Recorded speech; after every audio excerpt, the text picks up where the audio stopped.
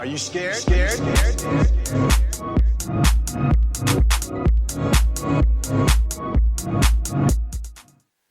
All right, everybody, welcome to episode 5 now of the Blair Witch podcast. I'm still your host, Taylor.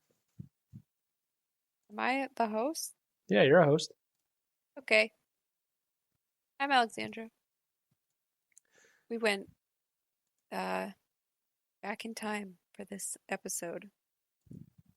We did, huh? Well, I'm kind of sad because when we first thought about watching this movie, the Wicker Man, 1973 version, the original version, I because I had seen the 2006 Nicolas Cage one and thought it was stupid like most other people, so I was expecting this one not to be great. But I shouldn't have thought that because I actually liked it. I had heard a lot of people saying, like, if you didn't like the Nicolas Cage one, to go and watch the original because it's better. I don't think I heard anything about the weird musical numbers, though. Yeah, a lot of folk music. Almost in time of if you've ever seen a musical movie, they kind of just like plop them in intervals. It kind of seemed like that, which I wasn't expecting. Like Bollywood movies. Yeah, I mean they were all creepy, kind of like I'm guessing like traditional folk songs, but with a strange twist based on what the movie's about. So I guess you would say going into it, you didn't think it was going to be as good as it was. Is that what you're saying? Well, first of all, I don't even think I knew that there was a Wicker Man before the Nick Cage. I can't remember if I thought that or not. But I mean, that movie was it was laughable. I didn't think the 2006 version was scary at all, so I really didn't know, but I tend to think that usually remakes are worse if they're made that much longer after, Yeah. Like scary movies from the 70s, I tend to think are usually pretty scary and pretty well done compared to stuff now. So Yeah, I kind of agree. and Christopher Lee, because I figured out he was in it, so I figured it must be decent. I also looked up a couple facts. Me too. Did you see that Christopher Lee did the whole movie for free? Yeah, because he really wanted it to be made, but they didn't have tons of money. Yeah, he did all the press stuff like out of his own pocket too. What a man. Like I guess people in Iowa, this is what I read, people in Iowa were like super surprised to see him showing up on their morning TV show. They're like, the morning shows where they interview people. He would just randomly pop up and people were like so surprised by it. He said it's like his best role. I wonder why he felt so compelled to make this movie happen. Maybe he's just a perv and it was all the nudity. It just seems... Kidding. Yeah, I don't know. I was reading that too, and I don't think I could figure out why they necessarily said like he would actually do that. Not many people would do a movie for free. Especially nowadays. I know. I guess... So Oh, go ahead. I was going to talk about the budget was apparently 500,000 euros, which I guess is small by 1970s standards. So they didn't have a big budget for the movie. And I also read that it was originally supposed to be filmed in the springtime when it would be warmer, but because of the studio kind of rushing the production and they didn't have tons of money, they ended up filming it in the late fall. So it was cold and they had to like plant fake flowers and fake apple trees to make it look like it was springtime. Oh, that sucks. Yeah. That's a lot of work. All because you didn't film it at the right time. Jeez. Yeah, I guess because they couldn't. So that sucks.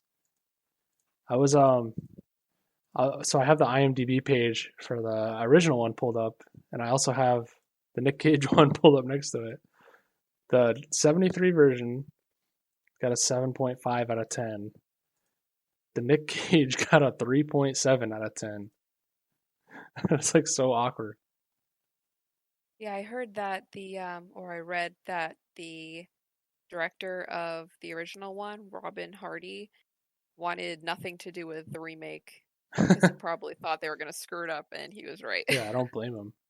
But I see people online defending the Nick Cage version so much, which I just don't. I don't get. I find myself remembering more and more about it, and I mean, obviously the scene we made fun of is the one that most people remember, is him with the bees on his head, just like hmm screaming hysterically with the super fake looking bees, like the CGI bees around him. I really don't remember too much about that movie. Was that movie? Uh, did he go to an island in that movie? I don't know if it was an island, but I don't think I don't he was a remember cop either. I don't no, I think he was a cop, but I don't Oh, remember them living in like actual houses because the houses and the little setup of Summer Isle in the movie that we watched, the original, it was like an actual town with real houses and stuff. Usually when you think of people living in a cult, you think of people like living in the woods and kind of like rags and you know what I mean? But this was like an actual established little town. I don't know if that was in the 2006 version. I couldn't I remember. don't remember either. I just remember Nick Cage punching a woman in the face.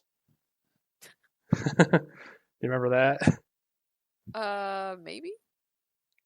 I can't remember if he's wearing a bear costume or something, and then just like one of the women that is like being annoying to him, and he just fucking punches her in the face. She falls down. It's like so funny, which is not supposed to be funny. It's supposed to be super serious. Yeah, I didn't think this movie was like funny, like in the way that it shouldn't have been. I thought that there was a few funny lines from it that I remember. One being when the policeman goes to see Christopher Lee, the Lord, for the first time, and the policeman's asking him like, "Why are there women dancing over this fire naked? Like, what are they doing?"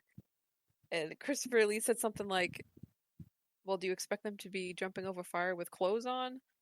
Yeah, It's kind of like, knocking out those one-liners. yeah. My man Christopher Lee over there, who didn't. He's like the only one who didn't what like even do a Scottish accent. Yeah, I felt like Yeah. everybody. It's an English movie. Like that's what people consider an English movie, and most of the actors are English, except for Willow, who's Swedish. It's like, why do you even bother doing Scottish accents at that point? Like Oh, but Scottish, huh? do you know what I found out about Willow? Willow is the landlord's daughter who works at the bar and she's like supposed to be seductive. Um, well, number one, she had a few scenes where she was dancing naked in her room. Uh, and she agreed, I guess, to have her boobs out in the movie, but she didn't want anything else like her backside out. So she had a butt double. So like those scenes where they show her from behind, that wasn't her. Oh my god. And the worst part, which I kind of thought because while I was watching it, I said while we were watching it, like her voice doesn't match her face. Like it doesn't. She sounds like an old woman or something. And I figured out that her all of her dialogue was actually dubbed over by a Scottish singer named Annie Ross because she couldn't pull off a passable Scottish accent. Oh, that's awkward. So like none of her actual voice was in the movie. It was totally dubbed over by someone else who I didn't even think sounded Scottish anyway, but I guess she Yeah, was. that's awkward. Why even bother being in the movie? They needed her face, her good They looks. just showed her boobs, and then not even her voice, and not even her butt. Get a nice. Well, obviously she didn't get a paycheck or a nice paycheck because they were broke. That sucks. I wonder who got paid more, her or the freaking the voice double or the butt I double. don't even know. Was that voice double even like credited in anything? Maybe she was. I have to I don't check. see anything. I'm looking at the cast. That's really shitty if they didn't even give that woman credit for voicing all of that. And she was the sing like in that scene where Willow was singing, that was her singing voice. Annie Ross. Hmm. Yeah, I think my Windows just made a noise. Of course, I tried to search for the voice actor, and it's not in here. Well, It's pretty shitty. yeah. Yeah, because at first, I think you're the first person to point it out that was like, these voices don't sound Scottish really. And in my head, I was like, well, there's a lot of different accents in Scotland. Maybe it's just like some weird one we haven't heard. And I'm doing all this research while we're watching the movie. I'm like, yeah, that's because none of them are from Scotland, except for some random like side characters who I'm sure don't even talk. And then there's lines where most of them will just like completely drop the accent, say something in an English accent, and then just like say one word in a Scottish accent to like save it. Yeah, I was confused if people were even trying or if they were just like, yeah, whatever.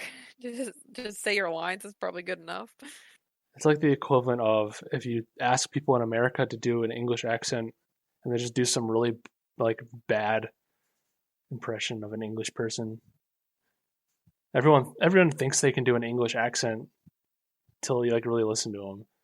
So, and then Scottish people are already like, nobody can do our accents.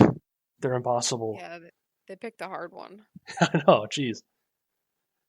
But yeah, overall, I actually really liked it. Um,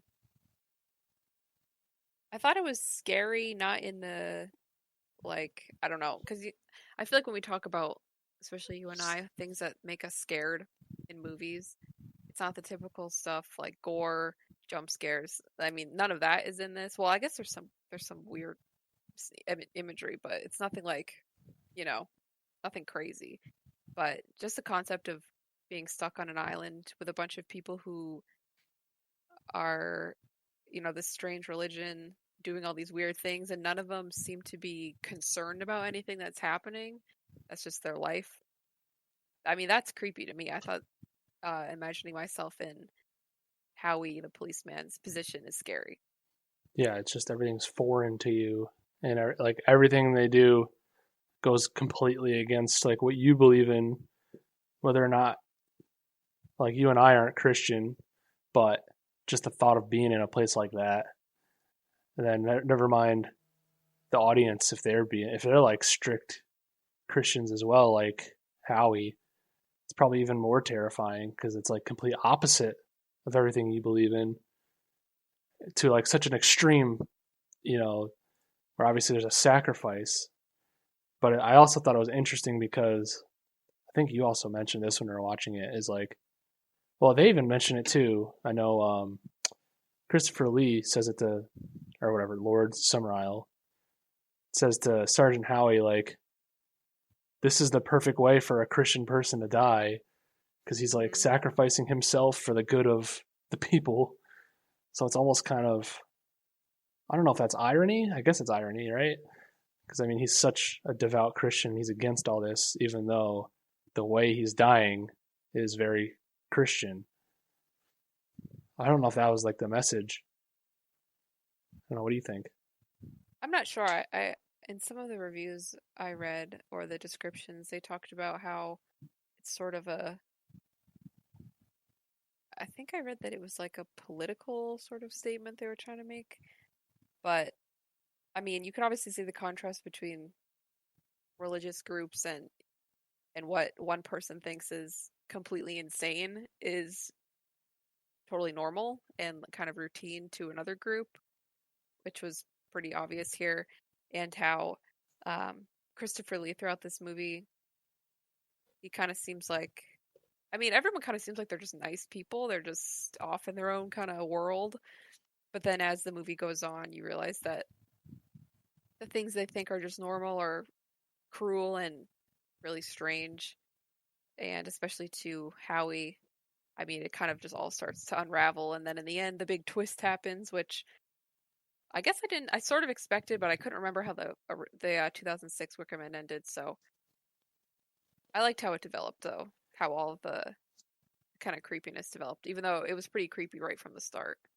Yeah, same. I enjoyed it through my lens where I think we talked about it on one of our other episodes that neither of us are religious. We're atheists, and it's not like we go around talking about it a lot. But in the case of this movie, it kind of sheds a light on what someone else's religion looks like to somebody that's not a part of it, and how Hmm. it like might look ridiculous in some of the things they do.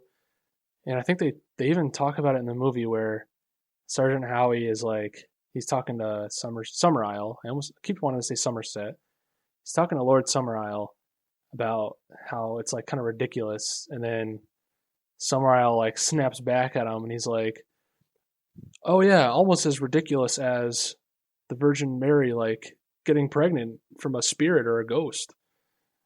Where it's kind of like, well, yeah, your religion is kind of ridiculous too if you really think about it. The only difference is you grew up like thinking that way, and we grew up thinking this way. I thought Hmm. that was a really good kind of statement on religion itself, where they use obviously a cult and like pagan religion where most people would probably think it's kind of ridiculous. So it's like more people can see it through that lens, I think.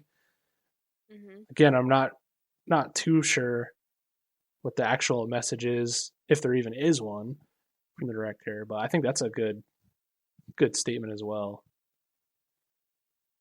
Yeah, I'm interested to know how this was received by the public because it came out in the 70s when these sort of topics I imagine are more controversial. I mean, they're still controversial now, but especially like back then, how it was like if people protested it or like they thought it was crazy. I don't know. Yeah, that's just one of the lenses we miss out on because we didn't grow up in England or Scotland. We don't really know what the culture was like in the 70s.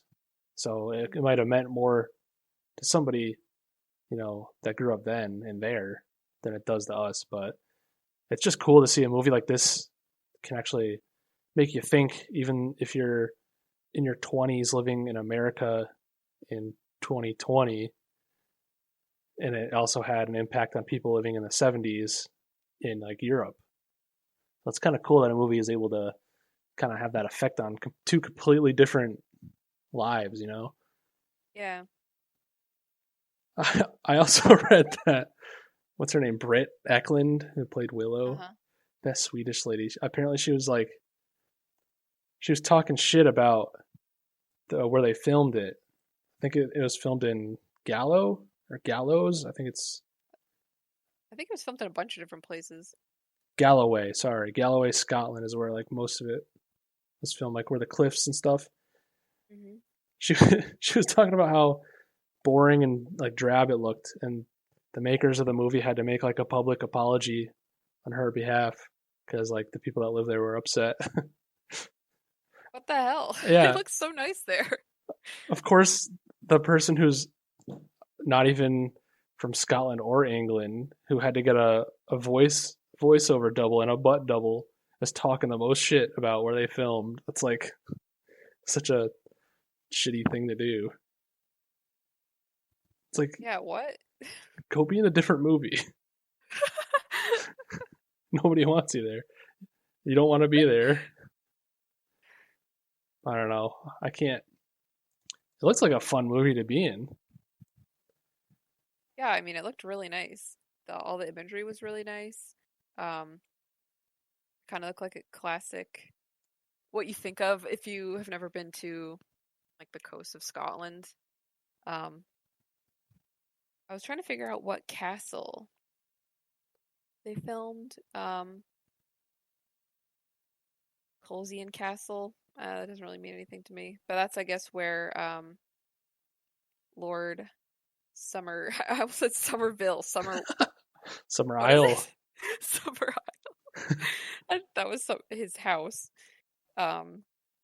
So yeah, I think they filmed a bunch of different places. But That's cool. I guess if she didn't like it, I wonder. Yeah, I wonder what her payment was for this movie. Maybe that was just her taking it out like I'm not even getting paid to do this. shitty, this shitty area in Scotland. Those poor people that live there probably so excited that someone's making a movie there, and then they find out someone just complaining about it the whole time. Be so upset. She also dated Rod Stewart. Really? Yeah.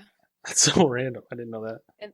in the facts I was reading, it said that Rod Stewart didn't like that she had or some of her naked body in the movie, so he tried to buy up all the film's negatives and destroy them so no one could Oh see my her God. body. I don't know if that's true, but that's crazy if that's true. Poor Robin Hardy. Like, just trying to make this movie, trying to make a political statement. Everyone's just trying to have fun. And then This woman. this woman shows her boobs, and all of a sudden your movie is going to get destroyed. That's so sad. I'm glad it was like finished and made though. Obviously, it was in. Yeah, I think the another fact I read was because I guess the production company they were trying to like rush it. They I don't know. I don't know like the backstory of it, but the ending scene where they're bringing Howie like up the hill after they've captured him and they're about to put him in the Wicker Man. All of that scene was like super rushed, so he didn't even have time to read his lines. Um, and I guess like the face he makes when he first sees the Wicker Man is like that was all genuine because he'd never seen it before that it started filming and they Christ! Jesus yeah Christ! He was such an awe. yeah. So I guess that was all filmed pretty quickly because the production company was trying to like wrap up the movie. Damn. I think that's like my only gripe with the movie is that whole scene and where it's like I feel like he wouldn't be as helpless as he was in the movie. Like he just didn't fight back at all. He just went with them, and I guess you could say it's because the amount of people were there. He kind of knew he wouldn't be able to get away. But I mean, come on, I you think know. you're gonna He's gonna get burned alive? I feel like you're gonna put up some sort of fight. You know? yeah, like when they put him in the Wicker Man and he like kind of pushes on the door, it's like so floppy. It's like literal You twigs. just you just busted through and at least try to run, even if you don't think you're gonna get anywhere. You know what I mean? Anything's better than that. Getting burned alive. Yeah, the part where the big dude like picks him up and puts him on his shoulder. I I know it's like a lower budget movie, but you could tell Sergeant Howie like jumps kind of to get on the guy's shoulder to help To him. like help him Yeah, out. and then he climbs up the stairs while he's still holding the dude on his arms and then or shoulders. And then he just like sets him so lightly inside of the Wicker Man. And this whole time he just doesn't fight. And he lets him close the door on him, the tiny 1 inch thick twig door. He just lets him close it. And I don't. Yeah, I guess if I'm trying to like maybe why I mean it's like he just accepted his fate at that point. Maybe he was I don't know. Well, because then he starts saying as they're surrounding him singing their like pagan song and he's in there and he starts I think reciting something from the Bible. I'm not sure. Is that what he was doing? Yeah, some sort of sermon. So he's kind of just like fighting back, I guess, as he understands how to. I think it was cool though because obviously we already talked about Nicolas Cage's freak out with the bees, and Hmm. then this guy has his freak out in the Wicker Man, but it's like it's kind of the same intensity as Nick Cage's was, but it's more intense in this movie just because it's not like overacted. I feel like you can really feel the desperation and even though he's not fighting his way out, but you can really feel the emotion in him. Whereas Nick Cage is doing it, it just feels crazy, just crazy and disjointed. I don't know. It's like much more effective in this movie. I wonder if it hadn't been Nick Cage if that would have ended better. I don't know because I love Nick Cage. I know you do too, but I don't know. That just fell off. I I wonder if he had seen the original and if he was like, think he did. okay, I guess that's his interpretation of I it. think he really liked it, if I remember He did correctly. that. Yeah, But I also liked how especially toward the end you kind of see Lord's summer isle unraveling and his hair gets all crazy because he's kind of becoming the true like leader of this insane group and when you first meet him he's all like in a nice like his suit and his hair is all perfect in his house and stuff, and then like toward the end he gets like really crazy. So it's kind of like shows his transformation into like what he really believes and what he's really passionate about. But that also made me think of you know how a lot of leaders of cults, they know it's BS, but they get something out of it, so they just go along with it. Yeah, Like if he was, allegedly. yeah, allegedly, if he genuinely believed that what he was doing was real, because as Howie, which I also really like the scene when Howie's kind of being surrounded at the end, they're about to take him off to the Wicker Man, and he's like, Lord, tell him that this isn't gonna, like, killing me isn't gonna bring your crops back. Like, tell him this isn't what's gonna happen. Almost like he's trying to be like, yeah, like this is fake. Tell them. But then the Lord's like, no, it's gonna help us. Yeah, I did like that. That's good point pointing that out. Or he is like in a suit and stuff earlier on, and you could tell that the way they're talking to each other, there's like a whole subtext of like, come on, you know, you know, Hmm. even though it obviously doesn't, he never admits it. But I do like the fact that Lord Summerisle is like kind of reasonable, but I guess that's typical with like cult leaders, is they're usually pretty intelligent and they're really good at being persuasive, Hmm. and he doesn't like reveal anything. And then it's just funny seeing him at the end with like the paint on his face and the super long haired wig and him like dancing down the street. It's just like so weird. And then what was that? I was thinking about. Oh yeah, how I just liked the scene where the dude's like screaming inside of the Wicker Man, and everyone's just dancing and smiling, watching him die. Like that's such a cool scene. I don't know, just the juxtaposition of a fucking guy screaming because he's dying, being his flesh is being burned off with the animals that are screaming, and they're all just like, "Yeah, we're gonna get crops next year." Just so Yeah, cool. really is terrifying if you put yourself in those shoes. Yeah, seriously. And it makes me wonder what would happen, like after he's obviously gonna go missing, the policeman, because he's gonna die, and they're probably gonna just dispose of everything. Like, what would happen after that when they come and look for him? I'm sure they're gonna have some sort of excuse, like, "Oh, he never even showed up in the first place," or something. You know what I Yeah, mean? I think that was kind of one of my other problems. I just remembered. I'm all for like suspension of disbelief with movies Hmm. like this. Like I like the idea that they planned everything. And they planned for this guy to be the sacrifice, but I feel like it was one of those things where it was just too perfect of a plan. It just doesn't make sense how they'd be able to account for every single decision he would make. Like how he's pretending to sleep in his room, and the landlord and the landlord's daughter try to like kind of knock him out with a scented candle or something like that. That's like a hand, Hmm. and he's obviously pretending to sleep, so he wakes up when they're out of sight, and he knocks the landlord out with a candlestick, and takes his costume to kind of blend in. It's like they somehow planned for that because they knew the whole time that he was the Joker, the Jester, and then I don't know, that's the part that kind of got me. Like I don't know how you could have planned for all that.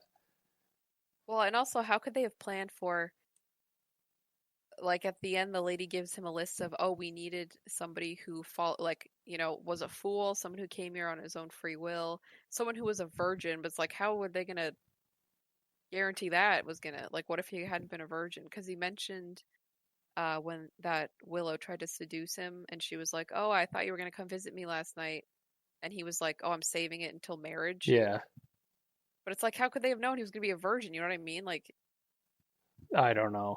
that was just luck, I guess, that he was one. But maybe they assumed after he figured out that the little girl he had been looking for wasn't really dead, and they were gonna sacrifice her, that he was somehow gonna like show up at the beach for the sacrifice, whether it was in somebody's costume or however he had planned to do it. So maybe either way, they figured it would work out like that. I guess I don't know. It just felt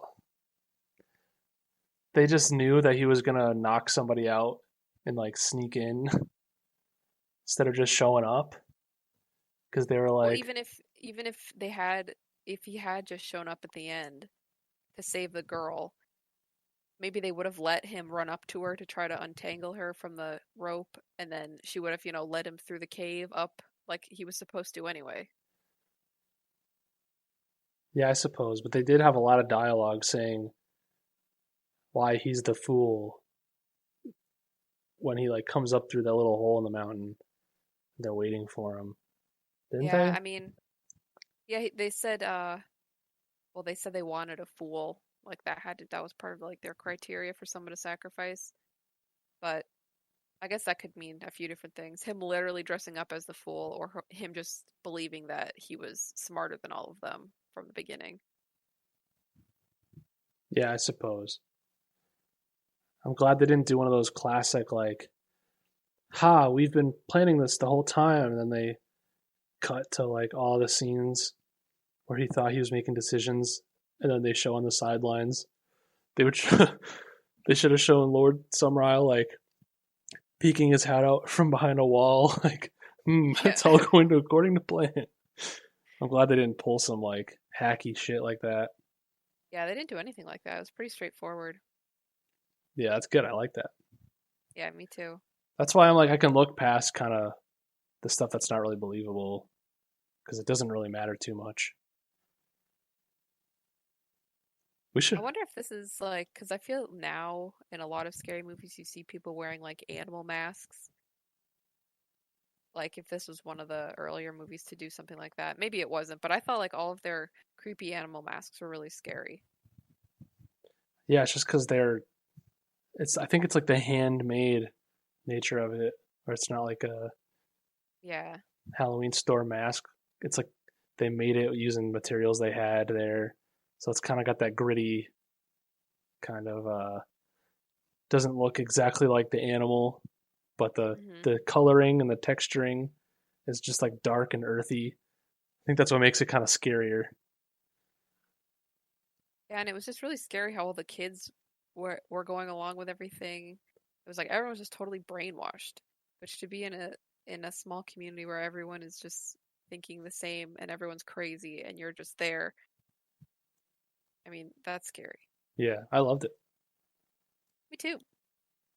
I would. I think we should not this episode, but maybe a future episode we can watch the 2006 one together. See if it holds up. If we feel any differently after watching the original.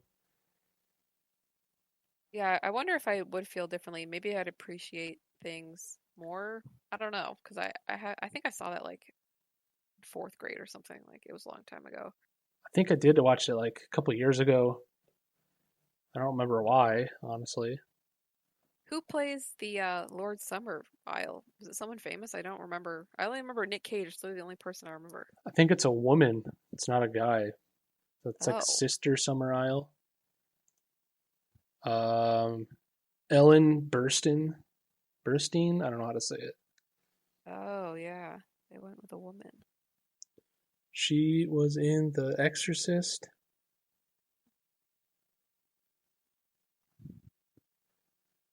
She looks really familiar. I can't remember. I saw her in something Oh, else. she was in Interstellar. Interesting.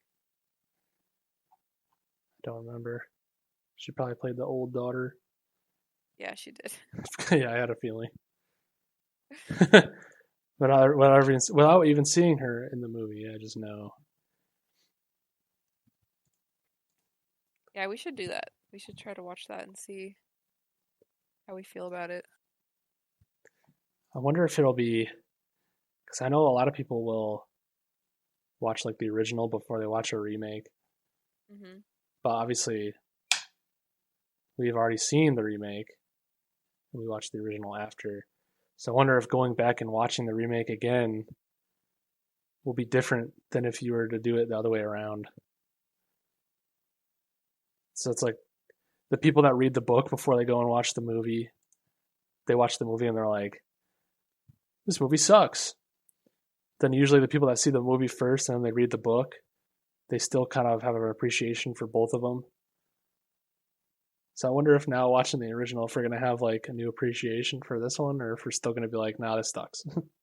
I feel like they probably just put a lot of unnecessary things in the newer version just to try to make it scary, which probably take away from it. I can already see that happening. Yeah, I mean, believe me, I'll be the first person to like really root for a movie that everyone hated, because well, you and me both kind of. We don't really like movies that everyone else likes because Hmm.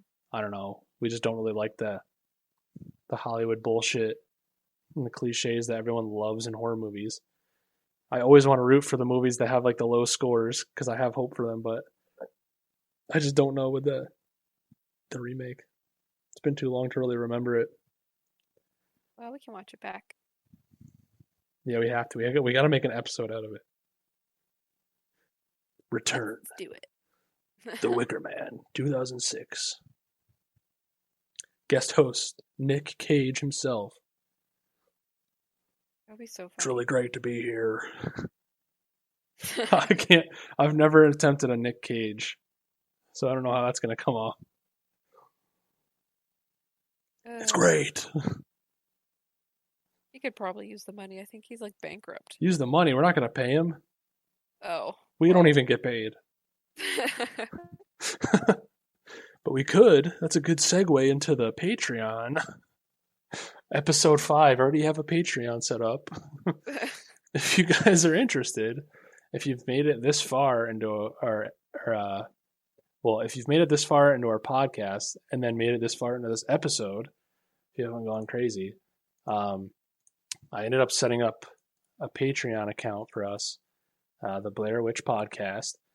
So far, I've only got what is it, two tiers, I think. Yeah, so I'm trying to pull it up now. I'm gonna have to cut this huge gap out. So basically, there's the $5 cult member tier, and whoever is a part of that tier will get early access to all of our episodes. I can't imagine anyone's going to be wanting to do that this early on in the podcast, even though we are working on getting a schedule together, because I think that'd be kind of easier for us too, you know. And then Yeah. and then I have the Demon Lord tier, which is $10, and that's the tier that's going to have like the polls and the discussion boards on what movies we review next. We were kind of talking about that earlier, where right now we're trying to find movies that neither of us have seen. It's probably going to get to the point where we're going to end up watching movies that one of us has seen, just because we've both seen a lot of movies. Hmm. Um, but we want to record ourselves reviewing it, because even the movies we have seen, we haven't really had discussions on them. So I think it'll be nice to kind of revisit movies we've seen and actually put out formal reviews on our podcast. I think that'll be good. Yeah, and we'll have some of our friends come on as guests. Yeah, very soon too. I think that'll be interesting. People that don't And even. apparently, Britt Ekland said that Rod Stewart liked to wear her underwear. That's So so there's random. that. Thank you for throwing that in there after the Patreon plug. Maybe we'll get a sponsor too. I wonder what the first sponsor would be to our podcast. It'd probably be like, Well, what's a big someone who sponsors everyone. Raid Shadow Legends? They sponsor Or like every YouTuber. Audible. Oh, true. Audible, I know you're listening to this. Hit me up. We need we need to do this full time. We're struggling here. Audible, I'm begging you. Reach us. Actually, yeah, if you guys wanna email us, we got our email. It's just blairwitchpodcast@gmail.com. It's not the Blair Witch Podcast. It's just blairwitchpodcast@gmail.com. We would love to talk to you. Yeah, any Audible. movie suggestions would be cool. Correct. We Well, can hunt him down, which we probably would be able to. oh yeah, we'll hunt him down. Um, I think that about does it. I don't really have too much more to say about this movie, do you? Yeah. No, I think I would definitely recommend it. I thought it was really good. And yeah, Do you want to give it a if rating out of 10? hmm, I'd give it maybe like an 8. Yeah, I was thinking like 8.5. Yeah. Only because I remember you rating the 2017 It movie a 7. I did? Yeah, I think I did too. Maybe a 7.5. Oh, Yeah, I want to go back and scale change might it. be off. I want to change it way lower. Yeah, I think we rated it pretty high and then we shit all over it in the review. Kind of makes us look like bad reviewers. Well, it's hard to, I don't know, if you're like comparing other movies, I don't know. Like, I feel like I have to save 10 for like my favorite movie or something.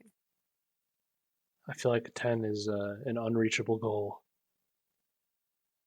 Because if you label something a 10, then Nothing can be better. yeah. But yeah, I think I'd give it 8.5 out of 10, and I would definitely recommend it. It's on Netflix right now, Yes, it is. which makes it easy. Everyone, go get that Netflix subscription. Go get your friend's password to their Netflix subscription. Go check it out real quick. Hour and a half movie.